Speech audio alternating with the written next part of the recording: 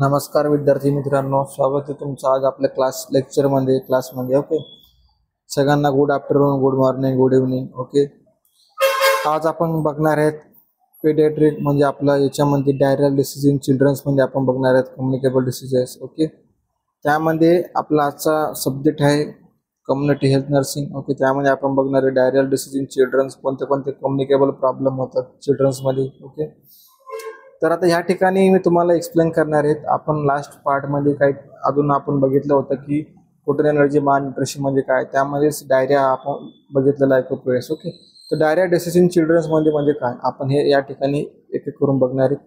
जसं की डायरिया म्हणजे हा काय एक असा डिसऑर्डर आहे ज्यामुळे काय होतं बेबीची डेथ सुद्धा होऊ शकते. ओके, बेबीमध्ये खूप सारे इन्फेक्शन होऊ शकतात, बेबीचं वेट लॉस होऊ शकतं. ओके, बेबीचं एजमध्ये पण रिटार्डेशन होऊ शकतं, बेबीचं वेटमध्ये पण डिफिशियन्सी होऊ शकते. ओके, मग आता इंट्रोडक्शनमध्ये एवढं सांगितलं की ह्या कंट्रीमध्ये सगळ्यात जास्त सिग्निफिकंट डिसऑर्डर आहे तो म्हणजे डायरिया. डायरिया जर का आपण बघायला गेलो तर 500 लोकांना होतो 1 मिलियन चिल्ड्रन्समध्ये. ओके, असे खूप सारे चिल्ड्रन्स असतात ज्यांच्यामुळे डायरिया हा एक प्रॉब्लेम हा त्यांना सफर करावा लागतो. ओके, त्यामध्ये ॲक्यूट असेल, सिव्हिअर डायरिया असेल. ओके, डायरियाचे पण 2-3 प्रकार आहे आपण त्यामध्ये बघणार आहे. डायरिया म्हणजे काय, डायरियाचे ट्रीटमेंट काय. ओके, डायरियाला आपण कसं प्रिव्हेंट केलं पाहिजे, कोणत्या लेवलला प्रिव्हेंट केलं पाहिजे, हॉस्पिटलमध्ये कसं प्रिव्हेंट करणार, होम लेवलला कसं प्रिव्हेंट करणार. ओके, किंवा कम्युनिटी बेसिसवर आपण कसं कमी करणार या ठिकाणी आपण बघतोय. आता आपण बघणार डायरिया म्हणजे काय आहे. एक सिंपल आहे, एक अमाऊंट ऑफ स्टूल आहे, त्याच्यामध्ये इन्क्रीज अमाऊंट ऑफ स्टूल किंवा व्हॉल्यूम त्याच्यामधून बाहेर पडणार. ओके, आपल्या बॉडीमधून जर का 24 तासामध्ये जर का आपल्या बॉडीमधून जेवढा पण व्हॉल्यूम आहे, ओके, जेवढा पण फ्लुइड आहे त्या फ्लुइडनुसार तुमचे जो स्टूल आहे तो पास आउट होणार. ओके, तुमच्या बॉडीमधून. ओके, मग आता असा टाइम पिरियड असणार ज्यामध्ये तुम्हाला नंबर ऑफ एपिसोड्स पण असणार चाइल्डमध्ये, जसं की 2 वेळा, 3 वेळा, दिवसातून 4 वेळा, कधी कधी 5 वेळा सुद्धा डायरिया होऊ शकतो. ओके, डायरियाचे एपिसोड्स हे तुम्हाला दिसून येऊ शकतात बेबीमध्ये. Okay, anatomical consideration of intestine. Okay, असे काही अनाटॉमिकल कन्सिडरेशन ऑफ इंटेस्टाईन म्हणजे आपण बघू शकतो की the length of small intestine at the time of birth is 270 centimeter.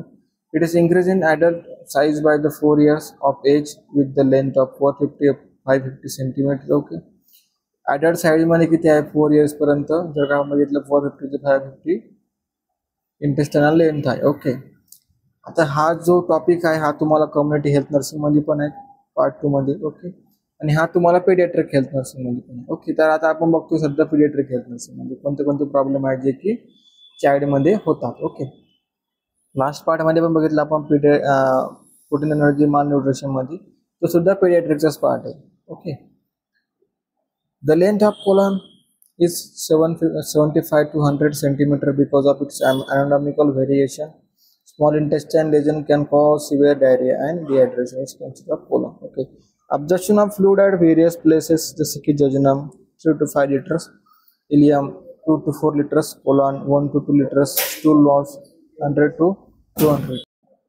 Okay, असे डायरियल डिसीजेस ज्यामुळे आता कोलनमध्ये काय 75 to 100 सेंटीमीटर असणार आहेत अनाटॉमिकल लेंथ त्याची कोलनची. मग आता ॲब्झॉर्प्शन करण्याची प्रत्येकाची कॅपॅसिटी डिफरंट आहे. ओके, आता जेजुनम 3 to 5 लिटर पर्यंत ॲब्झॉर्ब करू शकतो एखादा fluid, ileum 2 to 4 litre absorb करू शकतो, कोलन आहे हा 1 to 2 लिटर ॲब्झॉर्ब करू शकतो. स्टूल लॉस किती होऊ शकतो 100 to 200 ml. Okay, normally. Okay, of body weight of the stool in infant 10 gram of per kg. आता कॉज काय आहे डायरियाचे, अँटीबायोटिक्स असेल, it is alter the normal intestinal flora resulting in a overgrowth of other bacterial such as जसे की Clostridium difficile, Salmonella, Staphylococcus aureus. Okay, हे असे antibiotic असे जे पण इन्फेक्शन असतात, जे पण बॅक्टेरियल इन्फेक्शन आहे जे की चाइल्डवर किंवा इन्फंटवर अफेक्ट करू शकतात. ओके, किंवा ॲडल्टमध्ये सुद्धा अफेक्ट करू शकतात. हे सेम बघतोय आपण चाइल्डमध्ये वेगळ्या डिफरंट आहे, ॲडल्टमध्ये पण सेमच कॉज अफेक्ट जे होऊ शकतात ते प्रॉपरली अफेक्ट ॲडल्टमध्ये पण होणार आहे, चाइल्डमध्ये पण तुम्हाला दिसून येणार आहे सेम लेवलचे इन्फेक्शन. ओरोफिकल रूट असेल जसं की आपण बघतो की काही असे ओरल फिक्युमेटर जसे की फूड ड्रॉवरही ट्रान्सफर होऊ शकतात किंवा वॉटर ड्रॉवर ट्रान्सफर होऊ शकतात, स्प्रेड होऊ शकतात तुमच्या बॉडीमध्ये. ओके, लॅक ऑफ जसं की क्लीन वॉटर प्रॉपरली तुम्ही इंटेक केल्याने त्यानंतर क्राउडिंग प्लेसेसवर तुम्ही जास्त गेले, तुम्ही पुअर हायजीन न्यूट्रिशनल डिफिशियन्सी घेतली, तुमची प्रॉपरली हायजीन नाही, ओके, तुम्ही स्टूल पास केल्यानंतर प्रॉपरली हँडवॉश केलं नाही, ओके, यामुळे पण काय होणार, जे पण बॅक्टेरियल इन्फेक्शन जे ग्रो होतात, ओके, त्यांना हेल्प होते की तुमच्या बॉडीमध्ये कसं एंटर करायचं, ओके. त्यामुळे काय होणार, जास्त प्रमाणात रिस्क ऑफ चान्सेस असणार तुम्हाला डायरिया होण्याची. त्यानंतर कॉज आपण बघतोय कंटिन्यूमध्ये की cause of bacterial and viral protozoal, okay. असे व्हायरल कॉज किती अफेक्ट करतात आपल्या बॉडीवर, 70 to 80% of infection diarrhoea in develop countries, okay. 70 to 80%, okay.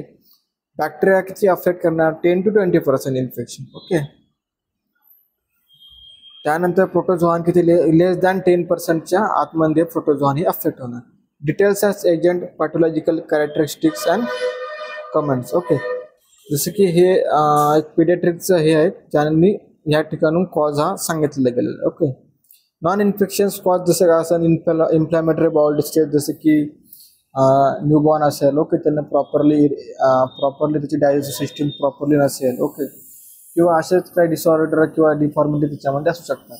अॅनाटॉमिकल आणि मेकॅनिकल कॉज जसं की शॉर्ट बाउल सिंड्रोम असू शकतो, फिस्टुला त्याच्यामध्ये डेव्हलप झालेला आहे, ओके. पार्शियल बाउल ऑब्स्ट्रक्शन त्याच्यामध्ये प्रेझेंट आहे.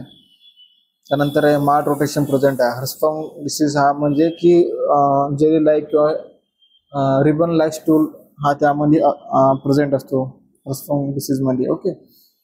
हे आपण बघतो हे नॉन इन्फेक्शन, जसं की आपण आतापर्यंत बघितलं इन्फेक्शन व्हायरल, बॅक्टेरियल किंवा प्रोटोझोआन. आता आपण नॉन इन्फेक्शन म्हणजे जसं की रिलेटेड टू आपला ॲब्डोमेन असेल, ओके, किंवा आपल्या बॉडी रिलेटेड आपल्या बॉडी स्ट्रक्चर म्हणजे असेल किंवा एखादा एन्झाइम असेल, ओके. आता नंतर आपण बघतो पॅनक्रियाटिक अँड हिपॅटिक डिसऑर्डर, जसं की पॅनक्रियाटिक हायपोप्लेजिया असेल, ओके, सिरोसिस असेल, हिपॅटिक क्रोनिक पॅनक्रियाटायटिस असेल, बायलेरी अट्रेजिया असेल, ओके. आता हे काय, हे डिसऑर्डर आहे, ओके, हे डिसीजेस आहे जे की तुम्ही शिकलेलं आहे मेडिकल सर्जिकल नर्सिंगमध्ये. आता या ठिकाणी प्रॉपरली एक्सप्लेन करायला गेलं तर आपल्याजवळ टाइम पण कमी आहे आणि आपल्याला शिकायचं भरपूर काही, ओके. तर या ठिकाणी बायोकेमिकल कॉज काय असणार, जसं की ग्लुकोज, लॅक्टोज इंटॉलरन्स तुमच्यामध्ये असू शकतो, माल ॲब्झॉर्प्शन असू शकतो, ओके, लिपोप्रोटीनेमिया असू शकतो, सिलियाक डिसीज तुमच्यामध्ये प्रेझेंट असू शकतो, ओके. निओप्लास्टिक कॉज जसं की न्यूरोब्लास्टोमा असू शकतो, लिम्फोनम असू शकतो, पॅनक्रियाटिक ट्युमर असू शकतो, ओके. त्यानंतर इम्युनोडिफिशियन्सी जसं की HIV एड्स असेल, त्यानंतर असू शकतो की HIV तुम्हाला एड्स, ओके. हे पण काय अफेक्ट करतात डायरियावर. माल न्यूट्रिशन जसं की आपण बघितलं प्रोटीन एनर्जी माल न्यूट्रिशन प्रेझेंट असू शकतो. डायटरी फॅक्टर कोणते असतात, ओव्हर फिडिंग, जास्त प्रमाणात फीड केलं. त्यानंतर नवीन फूड आपण बेबीला दिलं जे की त्याला आतापर्यंत त्यांना खाल्लेलं नाही, ओके. त्यानंतर फूड इंटॉलरन्स जसं की मिल्क असेल, सोया प्रोटीन असेल, त्याचं टॉलरन्स होऊ शकतो त्यामध्ये. सायकोजेनिक और फंक्शनल डिसऑर्डर जसं की इरिटेबल बाउल सिंड्रोम असेल. टॉक्सिक डायरिया म्हणजे injection of heavy metals, arsenic leads, okay, leads poisoning आपण त्याला बोलू शकतो. ड्रग्स लाईक जसं की ferrous drugs, okay, ferrous sulphate, antibiotic laxative आपण जर का ॲडमिनिस्टर केलं बेबीमध्ये त्यामुळे पण काय होणार, टॉक्झिसिटी होणार डायरियामध्ये. आता आपण पॅथोफिजिओलॉजी बघतोय की कोणत्या पॅथोफिजिओलॉजी म्हणजे काय, म्हणजे ज्या वेळेला तुम्ही एखादा डिसीज आहे, ओके, तो डिसीज तुमच्या बॉडीमध्ये कसा एंटर होतो आणि त्यानंतर तो काय सिम्पटम्स दाखवतो किंवा तो कसं फाइंड आउट होतो, ओके, कसं तिच्या स्टेजपर्यंत पोहोचतो, त्याला आपण पॅथोफिजिओलॉजी म्हणतात. Invasion of pathogen in GI tract, okay. त्याने एंट्री केली तुमच्या GI ट्रॅकमध्ये. GI ट्रॅकमध्ये एंट्री केल्यानंतर काय करणार, तो जे पण त्याची डॅमेज करायला स्टार्ट करणार, तुमचे इंटेस्टाईन असेल, ओके, तुमचे जे पण एन्झाइम्स असेल, ओके, जे पण तुमचे ॲब्झॉर्प्शन कॅपॅसिटी असेल, ओके, किंवा तुमचे इंटेस्टायनल स्ट्रक्चर असेल, तो काय करणार, एक पॅथोजन तो एंटर झाल्यानंतर तो डॅमेज करायला लागणार.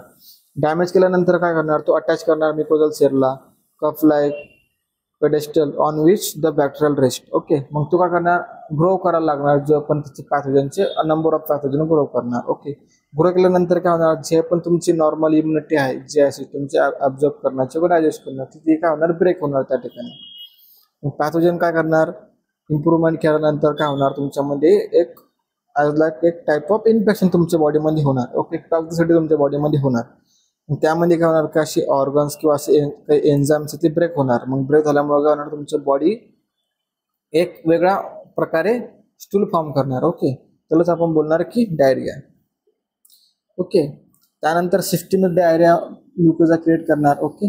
इम्युन सिस्टीम तुमची डेव्हलप होणार नाही, प्रॉपरली डॅमेज होईल तुमची इम्युन सिस्टीम, तुमची बॉडी डिहायड्रेट होईल. ओके. त्यानंतर फिजिओलॉजिकल जे पण तुमच्या बॉडीमध्ये चेंजेस असतात किंवा जे पण हार्मोनल असेल किंवा त्यानंतर डायजेस्टिव्ह सिस्टीम असेल, ओके, ते काय होणार, या ठिकाणी डिस्टर्बन्स त्यामध्ये येणार. त्यामुळे तुम्हाला काय बघायला भेटणार, डिहायड्रेशन बघायला भेटणार. ओके. ऍसिड बेस इम्बॅलन्स बघायला भेटणार. ओके. त्यानंतर डिहायड्रेशनचे शॉक तुम्हाला बघायला भेटणार. ओके. त्यानंतर तुमची प्रॉपरली सर्क्युलेटरी सिस्टीम किंवा सर्क्युलेशन प्रॉपरली होणार नाही, त्याचे तुम्हाला डिस्टर्बन्स बघायला भेटणार. ओके. आता क्लिनिकल फीचर्स आपण बघू या ठिकाणी. क्लिनिकल फीचर्स म्हणजे काय, जसं की आता आपण बघितलं की हा आपल्याला डिसऑर्डर किंवा झालेला आहे, आपल्याला काय बघायचं त्याचे साइन अँड सिम्पटम्स, आपण त्याला क्लिनिकल फीचर्स बघू. तर मग आता डायरियामध्ये कोणते कोणते असे क्लिनिकल फीचर्स प्रेझेंट असतात आपण बघू. फिवर काय करणार, डिहायड्रेशन करणार, इन्फेक्शन प्रोव्हाइड करणार, म्हणजे इन्फेक्शन फाइंड आउट करणार. ओके. इन्फेक्शनच्याच मुळे काय होणार, फिवर तुम्हाला येणार. ओके. वॉमिटिंग. ओके. वॉमिटिंग तुमची जी आय सिस्टीममध्ये आता पॅथोजन तुमच्या बॉडीमध्ये एंटर झाला. ओके. जी आय सिस्टीम तुमचं डिस्टर्बन्स केला. ओके. एखाद्या पॅथोजनने तुमच्या बॉडीला अफेक्ट केलं, त्यामुळे काय होणार, तुमची बॉडी अपोजिट रिॲक्शन प्रोव्हाइड करणार तुमच्या बॉडीचा. ओके.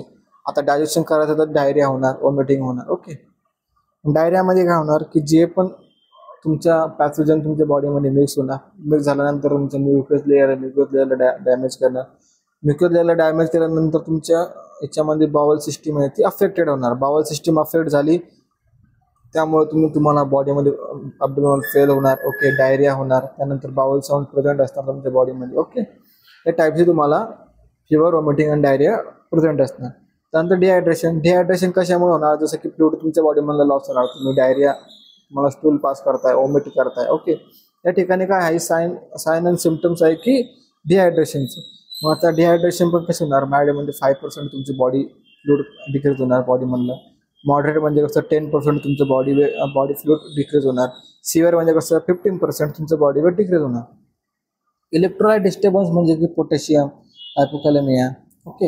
हे काय, हे डिक्रीज होणार 3 molecular per litre. Okay. Sodium, hyponatraemia, dehydration हे काय 120 पेक्षा कमी होईल. ओके. यांची रेंज जी आहे ती 120 आहे, तर 120 पेक्षा डिक्रीज होईल. मग तो कोणत्या फेजमध्ये येऊ शकतो, अल्कोलोसिस किंवा ॲसिडोसिस. ओके. त्याच्यामध्ये त्याचा पीएच पण कमी होईल. ओके. पीएच कमी झाला, चला आपण ॲथलेटिक्स बोलतो, पीएच जर का वाढला तर आपण त्याला अल्कोलोसिस बोलतो. ओके. समजलं. आता प्रिन्सिपल ऑफ ट्रीटमेंट बघू. आता आपल्याला डायरियाची ट्रीटमेंट द्यायची. प्रिन्सिपल काय असणार, general assessment of child. Okay. General assessment म्हणजे काय, फिजिकल एक्झामिनेशन करायचं, त्याच्यामध्ये वेट बघायचं, हाईट बघायची, एज बघायचं. ओके. असेसमेंट करायचं आपल्याला हायड्रेशन स्टेटस, जसं की त्याच्यामध्ये किती हायड्रेशन आहे. ओके. साइन अँड सिम्पटम्स आहे का डिहायड्रेशनचे. ओके. बॉडी वेट काय तिचं. ओके. त्यानंतर फ्लुइड वेट काय. ओके. त्याला किती प्रमाणात डायरिया पास केला. ओके. किती प्रमाणात त्याला डायरिया झाला, नंबर ऑफ एपिसोड किती दिवसाला. ओके. या ठिकाणी फ्लुइड इनटेक किती आहे, डायरिया आउटपुट किती आहे. ओके. हे सगळं आपल्याला त्याच्यामध्ये फाइंड आउट करायचं. Correction of electrolyte and acid base balance. Okay. Fluid imbalance आपण ज्याला बोलतो, कमी आहे का जास्त, हे आपल्याला त्यामध्ये करेक्ट करायचं. प्रॉपर फिडिंग त्याला प्रोव्हाइड करायची, न्यूट्रिशनल स्टेटस त्याला प्रॉपर रिक्वायरमेंट किती आहे ती त्याला द्यायची. झिंक सप्लिमेंट, झिंक काय करतो, हा ORS आपण द्यायला देतो, त्यामध्ये हा झिंक सप्लिमेंट काय करतो, आपल्याला इम्प्रूव्हमेंट करतो, त्यामुळे डायरिया आपला हा रिड्यूस होतो. Okay. Treatment of association of problem like dysentery and persistent diarrhoea. Okay. आता मॅनेजमेंट ऑफ डायरिया बघणार आपण. मेजर गोल्स काय मॅनेजमेंट ऑफ डायरियाची. Assessment of fluid and electrolyte imbalance. तुम्हाला जसं बोललो की फ्लुइड लॉस झाला तर आपण ORS देणार. ओके. IV फ्लुइड्स त्याला देणार. ओके. आणि डिहायड्रेशन झालं तर त्याला आपण रिहायड्रेशन करणार, जसं की सेम फ्लुइड, त्यानंतर वॉटर त्याला जास्त आपण इंटेक करायला सांगणार. ओके. वॉटर न झालं तर आपण त्याला IV फ्लुइड पॅरेंटल रूटनुसार पण आपण त्याला देऊ शकतो. त्यानंतर ORS असेल. Okay. Maintenance of fluid therapy, जी पण फ्लुइड थेरपी, आता तुझं वेट समजा त्याच्यामध्ये डिहायड्रेशनचे सिव्हिअर डिहायड्रेशन, आणि त्यानंतर आपण काय करणार, त्याला पॅरेंटल न्यूट्रिशन जास्त प्रोव्हाइड करणार. ओके.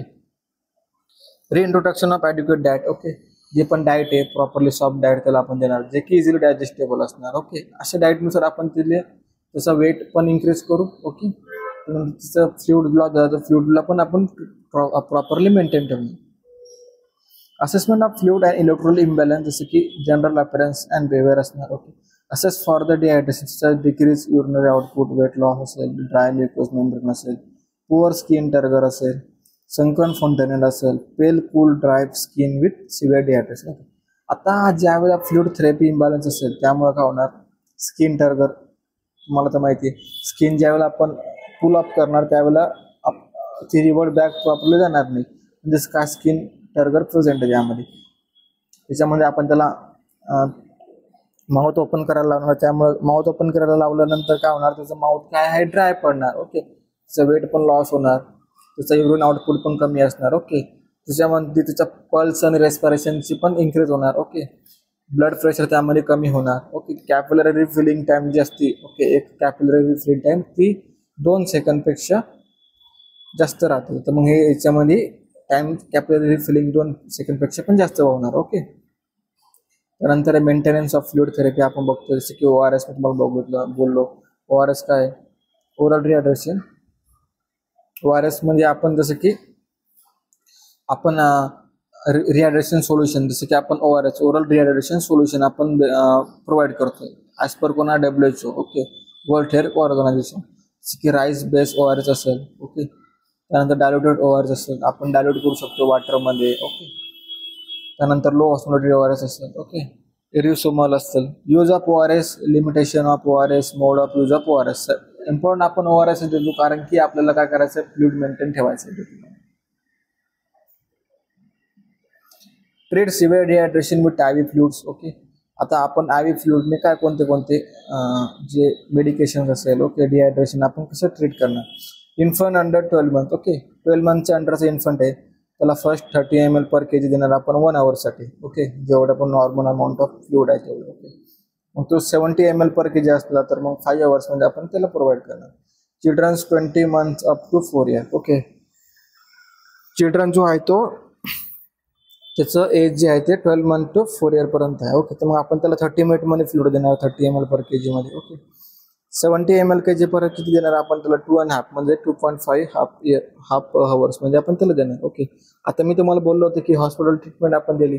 आता होम अवेलेबल फ्लुइड्स कोणते असतात, जसं की सॉल्ट शुगर सोल्युशन, आपण होममेड ORS सोल्युशन असू शकतं, लेमन वॉटर असू शकतं, सिकंजी असू शकतं, राईस वॉटर असू शकतं, कंजी. ओके, सूप देऊ शकतो आपण त्याला, दाल वॉटर देऊ शकतो. ओके, लस्सी त्याला आपण देऊ शकतो, कोकोनट वॉटर त्याला आपण देऊ शकतो, प्लेन वॉटर देऊ शकतो. ओके, हे काय रिकमेंडेड आहे. ओके, नॉन रिकमेंडेड म्हणजे कसं की सिम्पल शुगर सोल्युशन आपण त्याला नाही देऊ शकत, ग्लुकोजचं सोल्युशन आपण त्याला नाही देऊ शकत, कार्बोनेटेड सॉफ्ट ड्रिंक्स जे ड्रिंक्स असतात ते आपण त्याला नाही देऊ शकत, फ्लुइड ज्यूस असेल जसं की टीन और फ्रेश. ओके, हे आपण त्याला नाही देऊ शकत. फ्लुइड फॉर ॲथलेटिक, असे फ्लुइड जे ॲथलेटिक यूज करतात ते आपण त्याला नाही रिकमेंडेड करू शकत. ओके, जेलेंटिंग डेझर्ट्स आपण त्याला नाही देऊ शकत. टी और कॉफी आपण त्याला रिकमेंडेड नाही करू शकत. ओके, रिकमेंडेड आणि नॉन रिकमेंडेड म्हणजे रिकमेंडेड आपण त्याला देऊ शकतो होममेड. ओके, नॉन रिकमेंडेड म्हणजे त्याला आपण द्यायचं नाही, सिम्पल आहे. आता रिहायड्रेशन म्हणजे कसं, ORS 14 to 50 ml per kg आपण ORS देणार. ओके, 70 to 75 kg काय असणार त्यामध्ये, मॉलिक्युलर फॉर वेट असणार त्याच्यामध्ये. ओके, रिव्हॅल्युएट काय असणार त्यामध्ये, रिहायड्रेशन, मेंटेनन्स थेरपी आपण देऊ शकतो. ओके, आपल्याला काय करायचं आहे, आपल्याला व्हॉल्यूम आणि फ्लुइडची जे पण डिफिशियन्सी झाली आपल्याला त्याला रिहायड्रेट करायचं. ओके, यामध्ये तेच आहे. त्यानंतर ॲडिशन वगैरे असतात त्यामध्ये खूप सारे, जसं की सॉल्ट ॲडिशन असतो, ग्लुकोज ॲडिशन असतो. ओके, त्यानंतर मीठ ॲडिशन असतो, वॉटर ॲडिशन असतो. ओके, ह्या ठिकाणी आपण त्याला प्रॉपरली फ्लुइड जे पण इलेक्ट्रोलाइट्स इम्बॅलन्स असेल, झिंक असेल, ओके, नंतर ग्लुकोज असेल, कार्बोहायड्रेट असेल. ओके, या ठिकाणी आपण काय करतो त्यामध्ये आयर्न असेल, या ठिकाणी आपण काय करतो त्याला प्रॉपरली सोडियम असेल. ओके, या ठिकाणी आपण त्याला प्रॉपरली मेंटेन ठेवतो. ओके, आता इंट्रोडक्शन ऑफ ॲडिक्वेट डाएट, जसं की diarrhoea with no dehydration, normal diet and supplement. Okay, ORS with each diarrhoeal episode, प्रत्येक इच डायरियल एपिसोड नंतर आपण त्याला एक सप्लिमेंट द्यायचं आहे. Okay, diarrhoea with some dehydration, जसं की seek medical care, ORS, doctor's office and continue ORS in normal diet as home. Okay, diarrhoea झाला त्याला तर मग आपण त्याला प्रॉपरली हॉस्पिटलमध्ये पण देणार आणि होम लेवलला पण देणार. Okay, moderate to severe dehydration असेल त्याला तर मग काय करणार आपण, जसं की डायरेक्टली स्पेसिफाय आपण करणार, त्याला हायड्रेट करणार, इंट्राव्हेनस फ्लुइड त्याला आपण प्रोव्हाइड करणार. ओके, या काही स्टेजेस आहे ORS मध्ये आपण काय करतो, रिहायड्रेट कसं करतो. ओके, ड्युरिंग रिहायड्रेशन फेज म्हणजे कसं, ब्रेस्ट फिडिंग करणार. ओके, ORS प्रोव्हाइड करणार, जे पण फूड असेल किंवा जे पण फ्लुइड असेल ती आपण त्याला प्रॉपरली प्रोव्हाइड करणार. ओके, सिव्हिअर असेल, ओके, जर का ब्रेस्ट फिडिंग इन्फंट असेल तर ब्रेस्ट फिडिंग आपण त्याला देणार. नॉन ब्रेस्ट फिडिंग इन्फंट असेल तर आपण त्याला काय करणार, ORS प्रोव्हाइड करणार, ॲनिमल मिल्क प्रोव्हाइड करणार. ओके, फूड प्रोव्हाइड करणार जे पण ऑफर केलेलं ते. ओके, त्यानंतर सिव्हिअर असेल तर डायरिया, त्याला 4 आवर्समध्ये आपण ॲज सून ॲज पॉसिबल आपल्याला त्याला रिकवर करायचं. मग आपण IV फ्लूइड देणार. ओके, इंट्राव्हेनस फ्लूइड देणार. आफ्टर रिहायड्रेशन फेज असेल तर आपण त्याला ब्रेस्ट फीड इन्फंट असेल तर त्याला आपण ब्रेस्ट फीडमध्ये देणार जास्त अजून. नॉन ब्रेस्ट असेल तर आपण त्याला काय देणार, ऑफर करणार जसं की ORS असेल. ओके, त्यानंतर नॉर्मल वॉटर असेल. इन्फंट 6 to 12 मंथ असेल तर आपण काय करणार, त्याला अनडायल्युटेड मिल्क देणार, डायरेक्टली मिल्क देणार आपण त्याला. एनर्जी रिच सप्लिमेंट फूड देणार आपण त्याला. फॉर ओल्डर चाइल्ड असेल तर आपण त्याला काय देणार, ऑल न्यूट्रिएंट सप्लिमेंट असेल जसं की बनाना असेल, लेग्युम्स असेल. ओके, ज्यामध्ये पोटॅशियम जास्त असेल. ओके, किंवा ज्यामध्ये नॉर्मलपेक्षा जास्त अमाऊंट ऑफ सप्लिमेंट असेल. ओके, आपण त्याला प्रोव्हाइड करणार. ओके, आता झिंक सप्लिमेंट आपण कशाद्वारे देतो, डायरियामध्ये झिंक सप्लिमेंट असतो. ओके, हा दिल्यामुळे काय होतं की जसं की डायरिया हा कमी होणार. ओके, आता अँटीबायोटिक थेरपी आपण प्रोव्हाइड करणार जसं की ॲझिथ्रोमायसिन असेल. ओके, लो डोस त्याचा ॲझिथ्रोमायसिनचं. त्यानंतर आहे फ्लुरिकोलोलिन. ओके, असे जे डायरियल टॅबलेट्स हे आपण त्याला देऊ शकतो. ओके, त्यामध्ये अजून आहेत की स्टूल डिपेंड करतो, स्टूलचा एपिसोड्स किती आहे. ओके, त्यानंतर इम्युन सिस्टीम किती आहे डिफेक्ट झालेले किंवा डिफेक्ट झालेले. ओके, नंतर कॉम्प्लिकेशन काय काय होऊ शकतात, हायपरनॅट्रिया म्हणजे की नायट्रोजन जो पण आपला सोडियम आहे. ओके, सोडियमची लेवल ही इन्क्रीज होणार. ओके, ऑस्मोलॅरिटी त्याच्यामध्ये इन्क्रीज होणार, 150 पेक्षा जास्त होणार. ओके, हायपोनॅट्रिया म्हणजे कसं, ज्या वेळेला जो पण ऑस्मोलॅरिटी लेवल आहे ओके डायरियाची ती 2 to 75 पेक्षा कमी होणार. ओके, त्यानंतर हायपोकॅलेमिया, पोटॅशियमची डेफिशियन्सी असणार त्याला आपण हायपोकॅलेमिया बोलतो. हायपोग्लायसेमिया म्हणजे काय, ज्यावेळेला ग्लुकोजची डेफिशियन्सी असते त्याला आपण हायपोग्लायसेमिया बोलतो. मेटाबॉलिक ॲसिडोसिस म्हणजे काय, ज्यावेळेला की डायरिया आणि बायकार्बोनेट, ज्यावेळेला सोडियम बायकार्बोनेटची जी मेटाबॉलिकल चेंजेस असतात त्याला आपण मेटाबॉलिक ॲसिडोसिस बोलतो.